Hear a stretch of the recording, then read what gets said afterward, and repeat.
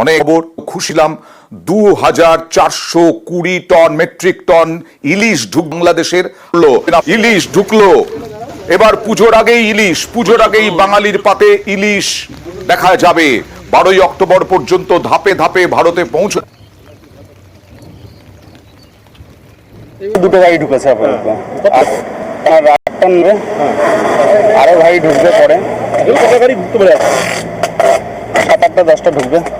আমাদের এই কেবিসি ইন্টারন্যাশনালের প্রথম গাড়ি ঢুকলো। কলকাতা যাবেন, আগামীকাল থেকে পাওয়া যাবে। আগামীকালকের থেকে পাবেন আপনি। কত রেট কত আছে? রেট আপনারা মোটামুটি 2000 টাকা এরকম, 2018, 1900 এরকম।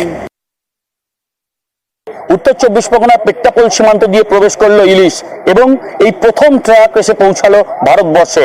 এই ট্রাকে ইতিমধ্যেই ড্রাইভার জানিয়েছেন যে 172 পেটি ইলিশ রয়েছে এবং 800 গ্রাম থেকে 1 কিলো 100 গ্রাম পর্যন্ত ইলিশ রয়েছে এই ট্রাকে, তেমনই তিনি জানিয়েছেন। এবং এই রপ্তানিকারক সংস্থা সূত্রে খবর যে এই ইলিশের ভারতীয় মূল্য 1400 টাকা হতে পারে 1 কিলো। এবং এই পুজোর আগে ইলিশ পেয়ে ভোজন রসিক বাঙালি অনেকটাই খুশি, তেমনই মনে করা হচ্ছে।